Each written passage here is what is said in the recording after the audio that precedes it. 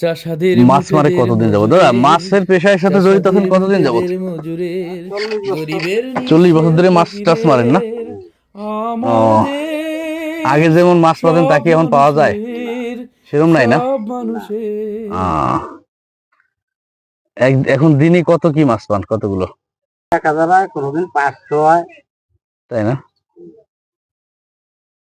এই মাছটার হলো নাম কি, এই মাছটা? এলেংচলা। এলেংচেলা।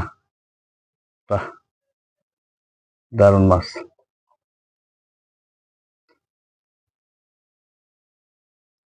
মোট কতগুলো পেয়েছেন একটু উঠে ধ্যান যায় দাদা? আচ্ছা, চালান তাহলে।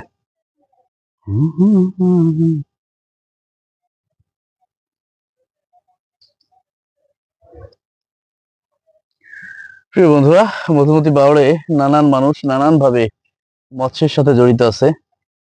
তা এটা হচ্ছে ছোট পাশার জাল, শুধুমাত্র এই এলেং চেলাগুলোই বাঁধে। এই মাছটাকে বলে এলেং চেলা মাছ। মাছগুলো দেখেন দাদার সাথে। দাদা নাম কি দাদা? পরিতোষ দাদা। বাড়ি হলো তারাইল। তারাইল বাড়ি, এই আমাদের গ্রামের পাশের গ্রাম। দাদা কিন্তু, পরিতোষ দা কিন্তু মাছ, এলেং চেলা মাছ কিন্তু তিনি প্রতিদিন কত টাকার মাছ হয় দাদা? 1000 হয়, কম হয়, বেশিও হয়। তাই না? এগুলো তো খুব দামি মাছ। 700 টাকা কেজি। এক কেজি 700। বাহ, এটা দামি মাছ কিন্তু মারার আপনি কিন্তু পথ তৈরি করছেন। মাছটা খুব ভালো। তো পরিত দাদার সাথে আমি কিন্তু আছি, অনেক সময় থাকবো। দাদা সংসারে কয়জন লোকজন? লোকে বর্তমান 3 জন আছে, এর আগে বেশি ছিল। তাই না? তারা পরের বাড়ি চলে গেছে। ও, মানে বিবাহ দিয়ে দিচ্ছেন মেয়েদের না? বর্তমানে 3 জন, অর্থাৎ আপনার ছেলে আছে একটা আর আপনারা 2 জন।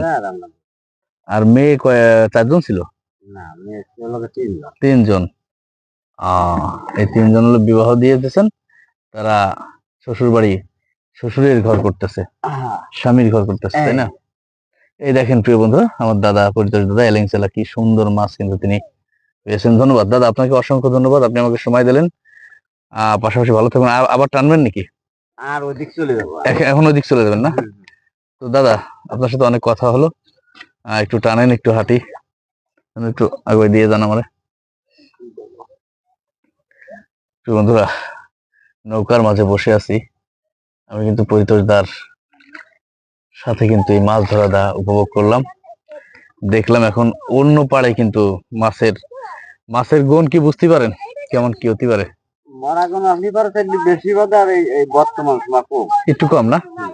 আগে তো এই যে পাড়ে বসি পাত্র, তারাও এই যে ইদানিং পাচ্ছে না। কিছুদিন আগে পাইছে 4টে 5টা 6টা করে না?